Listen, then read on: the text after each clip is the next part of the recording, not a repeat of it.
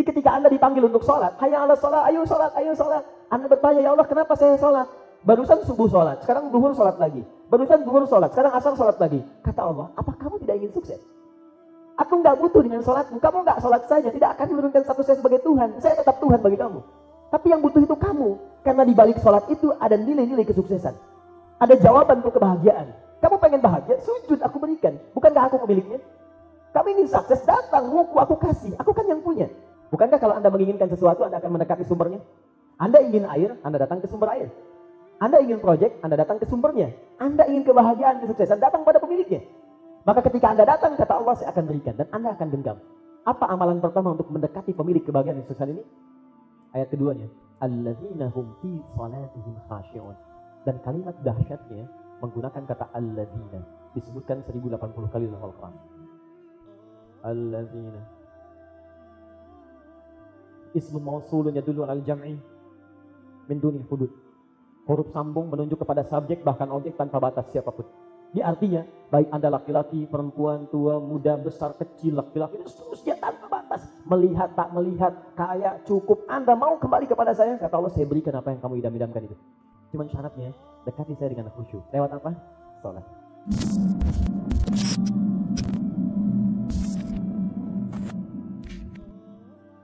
Assalamualaikum warahmatullahi wabarakatuh.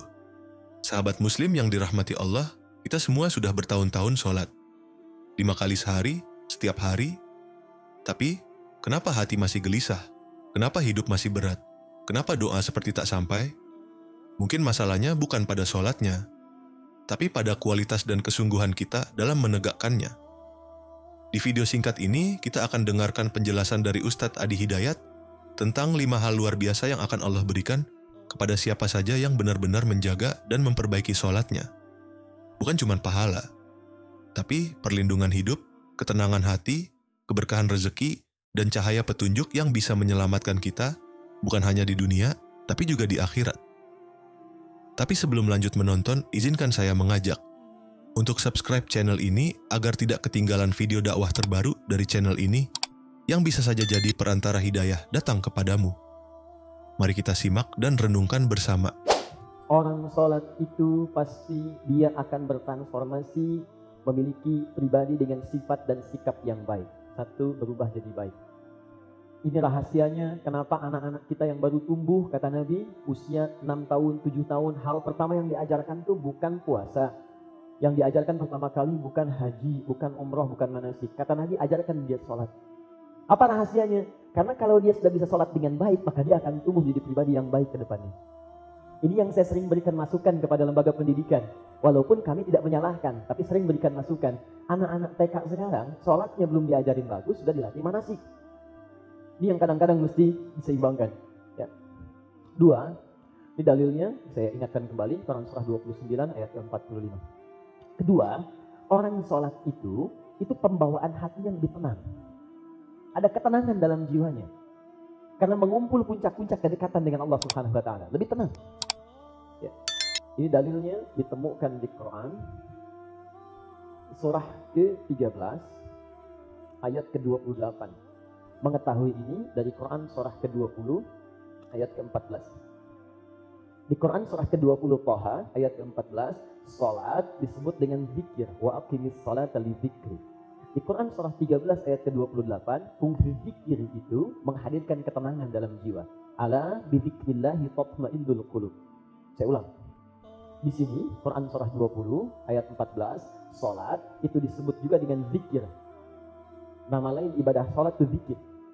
Ya kata Allah kepada Nabi Musa, innani anallahu la ilaha illa ana fa'budni wa aqimis salata li dzikri. Tunaikan salat sebagai zikir kepada saya. Jadi kalau kita sedang salat, kita sedang berzikir. Nah, salat itu disebut zikir, sedangkan fungsi zikir dalam Al-Quran itu memberikan ketenangan pada hati.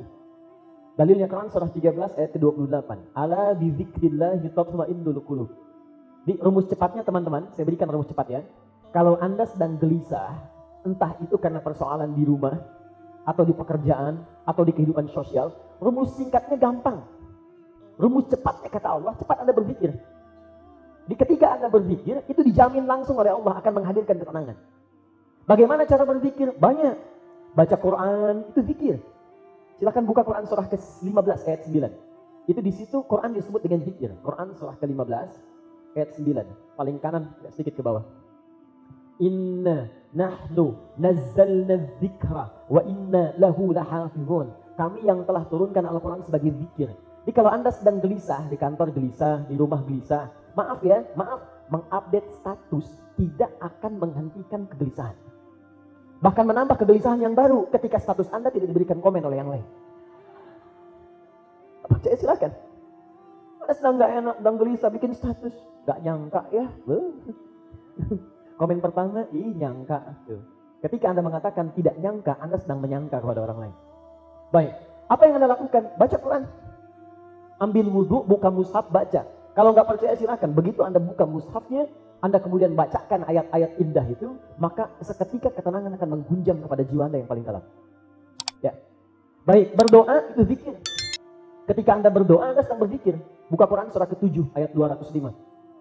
Di situ doa disebut dengan zikir. Quran surah 7 ayat 205. Wadhkur rabbaka fi nafsika tadarruan wa khifatan wa dunal jahri minal qaul. Kata Allah, hei kalau kamu sedang punya sesuatu silahkan minta kepada saya. Dengan penuh kekhusyuan, penuh harap, minta dengan tawadhu. Ketika Anda meminta, itu disebut oleh Allah dengan zikir. Silahkan berzikir. Bukankah Anda kalau sedang gelisah berdoa jadi lebih tenang? Bukankah kalau sedang ada proyek dikerjakan, Anda berdoa jadi lebih tenang? Bukankah kalau ada persoalan, Anda memohon jadi lebih tenang? Karena itulah doa disebut dengan zikir. Dan zikir memberikan ketenangan pada jiwa. Menyebut nama Allah, ya, memohon, meminta, bahkan sekedar menyebut nama Allah dengan al-asma'ul husna, itu bagian dari zikir. Buka Quran surah kedua ayat 152, paling kanan sebelah bawah. Ditafsir di Quran surah ke-17 ayat 110. Fadhkuruni adzkurkum. Kata Allah, kalian sebut saya, panggil saya. Fadhkuruni, pakai zikir. Zikirlah kepada saya. Adzkurkum, maka aku pun akan mengingatmu. Aku akan memberikan solusi padamu. Bagaimana cara berzikir kepada Allah? Tafsirkan dengan Quran surah ke-17 ayat 110. Kata Allah, qulidullah awid ar-rahman ayyamma tad'u falahul asma'ul husna. Silahkan panggil Allah, ya Allah, ya Allah, ya Rahman, ya Rahim, minta. Dan kadang tidak harus semua disebutkan. Minta sesuai dengan keperluan Anda. Karena nama Allah itu didesain oleh Allah sesuai dengan apa yang Anda butuhkan. Kalau Anda perlu rezeki, minta ya Allah, ya Razzaq. Anda perlu pengetahuan untuk tambahan anak, besok mau ujian, mau sekolah, ya Allah, ya Alim. Anda diganggu oleh orang, ya Allah, ya Jabbar, ya Malik. Anda punya banyak persoalan, ya Allah, ya Sabar. Begitu keluar kalimat itu, minimal ketenangan akan menghunjam kepada jiwa dan kegelisahan sedikit-sedikit akan sirna. Dan yang paling luar biasa, semua bentuk ini, bacaan Quran kah, doa kah, kemudian menyebut nama Allah kah, bukankah semua itu terkumpul dalam salat? Siapa dalam salat yang tidak baca Al-Quran? Bukankah Al-Fatihah Al-Quran? Siapa dalam salat yang tidak berdoa? Bukankah ruku berdoa, sujud berdoa, duduk di antara dua sujud berdoa? Siapa dalam salat yang tidak menyebut nama Allah? Bahkan baru takbir pun sudah menyebut nama Allah? Pertanyaan saya, kalau salat itu sudah mengumpulkan semua aspek yang melahirkan ketenangan, Anda tidak tenang juga, berarti masalahnya bukan di salatnya, pada diri Anda. Karena itu puncak dari semua ketenangan. Jangankan salatnya, tempat salat pun itu melahirkan ketenangan. Masjid, Anda masuk masjid aja udah punya ketenangan. Kan saya pernah contohkan dulu.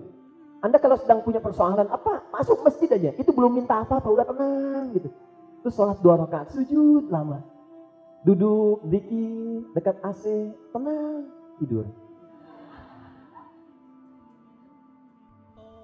Oke, 3, saya agak cepat ya, karena kita akan langsung nanti. Saya coba ingin mengingatkan untuk evaluasi. Maksud saya, kalau sampai hari ini dari aspek ini belum kita dapatkan, kita koreksi nanti apa yang kurang. Kok bisa orang dulu dapat, orang sekarang tidak? Oke, 3. Orang yang sholat itu hidupnya lebih mudah, rezekinya berlimpah. Ya, rezeki jangan selalu dipahami dengan materi, ada yang bentuknya imateri, ketenangan, kenyamanan, kedamaian, itu rezeki. Ini ditemukan dalilnya di Quran surah ke-65 di ayat 2, di akhir ayat kedua, juga di awal ayat ketiga, ditafsirkan di Quran surah kedua di ayat 2 dan 3. Silahkan keterangannya dilihat nanti di tayangan yang telah lalu, ya. Wa may yattaqillaha yaj'al lahu makhraja wa yarzuqhu min haitsu la yahtasib. Siapa yang bisa meningkatkan takwanya kepada Allah? Jadi Anda tingkatkan takwa kepada Allah, kata Allah, balasannya saya berikan kemudahan dari semua persoalan yang Anda hadapi. Anda punya masalah, saya berikan solusi. Persamaan terbaliknya, kalau Anda sedang punya persoalan, solusinya gampang kata Allah. Gak perlu biaya mahal, gak perlu tenaga banyak. Yang mengerti kita kan Allah. Bukankah setiap pencipta mengerti tentang penciptanya? Orang yang tahu tentang mic ini yang buatnya. Orang yang tahu tentang gelas, itu orang yang bikinnya. Orang yang tahu tentang oncom, orang yang bikinnya. Orang yang tahu tentang manusia, penciptanya. Kenapa ketika handphone Anda bermasalah, Anda datang ke tempat handphone? Tapi ketika diri Anda bermasalah, kenapa Anda tidak mengadu kepada pencipta?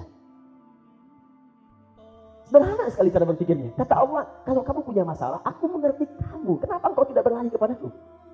Kamu yang harus bagaimana atau aku yang harus bagaimana? Aku katakan padamu, tingkatkan takwa, aku berikan solusi. Bahkan rizkimu pun aku mudahkan. Wa yarzuqhu min haitsu la yahtasib. Lalu Anda bertanya, ya Allah bagaimana cara meningkatkan takwa? Kata Allah, aku berikan 115 jalan. Di dalam Al-Quran tersebut 115 kali kata takwa. Dan kata takwa pertama dalam Al-Quran disebutkan di Quran surah kedua ayat 2 dan 3. Dzalikal kitabu la raiba fihi. Hudan lil, siapa mutakin orang takwa itu? Baca ayat 3-nya. Alladzina yu'minuna bil ghaib wa yuqimunas shalah. Salat jalan pertama untuk mengantarkan pada takwa. 4. Orang takwa itu, jika dia mulai dengan sholat, ini rahasia yang paling besar, dan ini nanti akan saya contohkan dalam setiap gerakan dan bacaan. Ingat baik-baik, orang sholat itu, kalau sholatnya benar, sesuai dengan petunjuk Allah dan contoh Rasulnya, maka dia dijamin setiap meminta dalam sholat akan segera dikabulkan doanya. Mempercepat terkabulnya doa. Mempercepat terkabulnya doa. Bahkan, catat ini, bahkan yang nyaris mustahil menurut sementara manusia. Jadi kalau kata orang mustahil, kata Allah, gak ada yang mustahil begitu. Ya, dalilnya secara cepat, Quran surah ketiga, ayat ke-38 sampai 39.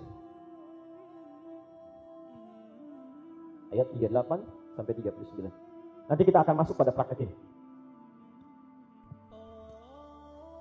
Karena saya sudah bahas dengan panjang lebar di pertemuan lalu, dan panjang kali lebar sama dengan luas, ya terlampau luas bahasan tidak akan fokus, maka saya akan persingkat saja bagi yang baru bergabung. Di sini ada kasus suami istri sudah berumah tangga, sudah sepuh, sudah lama, kemudian belum mendapati keturunan.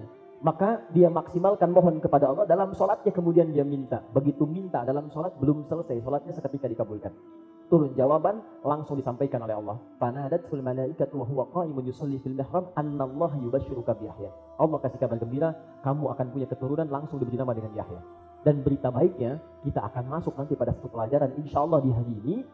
Ternyata umat Nabi Muhammad itu saking dimuliakannya oleh Allah, bahkan sebelum sholat dia ditunggu oleh Allah. Kamu punya permintaan apa? Saya akan kabulkan saat ini. Dan hadisnya hadis qudsi yang langsung disampaikan oleh Allah melalui lisan Nabi, redaksinya dari Nabi, tapi maknanya langsung dari Allah. Itu langsung kalimatnya, jika benar sholatmu sampai dengan sekarang, apapun yang kamu minta saat ini aku akan berikan. Rahasianya ada 4 posisi dalam sholat. Kalau Anda manfaatkan 4 ini, apapun yang Anda minta selama Anda butuhkan seketika dikabulkan. Saya tanyakan kadang-kadang, kenapa yang 4 ini tidak dimanfaatkan? 5. Orang yang sholatnya benar dijamin oleh Allah hidupnya akan sukses dan bahagia. Apapun aktivitas yang dia jalani sepanjang itu baik. Ya. Singkatnya bahasa Arabnya falah. Falah dalam bahasa Arab itu artinya sukses dan bahagia.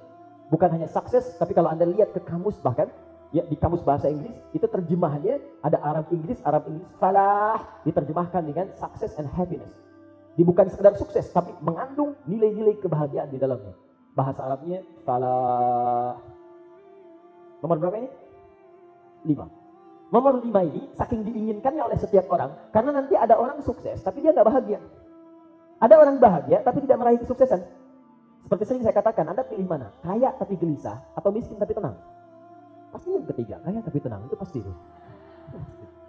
Baik ya? Nah, kaya tapi tenang, sukses dan bahagia itu falah. Walaupun itu relatif. Ya, itu mungkin relatif. Sukses bagi si A mungkin belum tentu bagi yang lain. Tapi tataran itu diraih. Dengan level itu didapatkan dan bahagia. Itu bahasanya falah. Yang 5 ini itu sangat didambakan oleh setiap orang. Saking pentingnya Allah sampai menginformasikan 5 kali dalam sehari, yang 5 ini.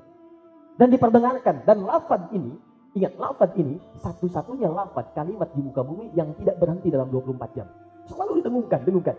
Perhatikan, bukankah saat azan itu ketika muadzin mengatakan hayya 'alas shalah, setelah itu apa kalimatnya? Hayya 'alas shalah. Jadi ketika Anda dipanggil untuk sholat, hayya 'alas shalah, ayo sholat. Anda bertanya, ya Allah kenapa saya sholat? Barusan subuh sholat, sekarang zuhur sholat lagi. Barusan zuhur sholat, sekarang asar sholat lagi. Kata Allah, apa kamu tidak ingin sukses? Aku nggak butuh dengan sholatmu, kamu nggak sholat saja, tidak akan menurunkan status saya sebagai Tuhan. Saya tetap Tuhan bagi kamu. Tapi yang butuh itu kamu, karena di balik sholat itu ada nilai-nilai kesuksesan. Ada jawaban untuk kebahagiaan. Kamu pengen bahagia, sujud aku berikan. Bukankah aku pemiliknya? Tapi ingin sukses, datang, ruku aku kasih, aku kan yang punya. 5 kali dengarkan. Kalau itu sudah kita genggam begini, saya genggam kesuksesan, saya genggam kebahagiaan. Dan tidak ingin saya lepaskan. Maka dalam bahasa Arab, rumusnya tambahkan hamzah di depannya. Seperti ini. Lalu buang alif di akhirnya. Karena hamzah masuk, alif dibuang.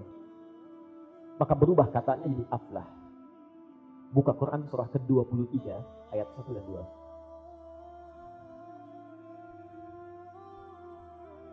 Qad aflahal mu'minun. Pakai qad. Orang beriman itu, qad itu harfu tahqiq. Tahqiq itu sesuatu yang menjamin kepastian. Kata Allah, orang beriman itu pasti saya jamin akan menggenggam kebahagiaan dan kesuksesan. Apa amalan pertama mereka? Bukan ikhtiar fisiknya. Amalan pertama, mereka cerdas sekali karena mereka mendekati sumber kebahagiaan dan kesuksesan. Bukankah kalau Anda menginginkan sesuatu, Anda akan mendekati sumbernya? Anda ingin air, Anda datang ke sumber air. Anda ingin proyek, Anda datang ke sumbernya. Anda ingin kebahagiaan, kesuksesan, datang pada pemiliknya. Maka ketika Anda datang, kata Allah, saya akan berikan. Dan Anda akan genggam. Apa amalan pertama untuk mendekati pemilik kebahagiaan dan kesuksesan ini? Ayat keduanya. Alladzina hum fi salatihim khashi'un. Dan kalimat dahsyatnya menggunakan kata alladzina. Disebutkan 1080 kali dalam Al-Quran. Alladzina. Ismu mausulun yadullu al jam'i min duni hudud. Huruf sambung menunjuk kepada subjek bahkan objek tanpa batas siapapun.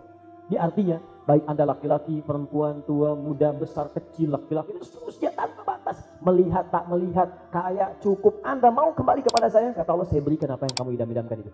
Cuman syaratnya, dekati saya dengan khusyuk. Lewat apa? Sholat. Nah, sebelum kita masuk pada prakteknya, tolong teman-teman setiap kita bertemu, ingat-ingat, dari 5 ini berapa yang sudah diraih? Tiap hari sholat, tapi lisan masih belum baik. Tiap hari sholat, tapi pandangan masih belum baik. Tiap hari sholat, tangan seringkali menuliskan yang tidak baik. Tiap hari sholat, selalu gelisah. Orang bisa tenang, kenapa Anda tidak? Yang paling bahaya, orang yang tidak sholat tenang, yang sholat tidak tenang. Itu yang paling bahaya. Awas hati-hati. Dan sampai dengan ke sini. Nah, persoalannya itu 2. Kebanyakan orang sholat tidak khusyuk. Dan yang kedua, tidak paham, tidak mengerti apa yang dilakukan dalam sholat. Masya Allah. Begitu besar hadiah yang Allah siapkan untuk orang yang menegakkan sholat dengan sungguh-sungguh. Tapi sebaliknya, begitu banyak kerugian bagi yang meremehkannya. Sholat bukan sekadar kewajiban. Sholat adalah titik temu antara hamba dan Rabbanya. Saat itulah kita paling dekat dengan Allah. Dan saat itulah pintu-pintu pertolongannya terbuka lebar. Sahabat, kalau hari ini engkau merasa hidupmu jauh dari ketenangan, jika rezeki terasa seret, hati gelisah, atau hidup terasa kosong, mungkin jawabannya bukan di luar sana, tapi ada di sajadahmu. Karena dari sholat yang benar, Allah janjikan, menjadi orang baik, hati menjadi tenang, hidup menjadi mudah, dan rezeki berlimpah, mempercepat terkabulnya doa dan menggenggam kebahagiaan dan kesuksesan. Maka sebelum video ini berakhir, jangan lupa klik tombol subscribe sekarang juga, agar setiap potongan ilmu dan dakwah seperti ini bisa terus sampai ke hatimu.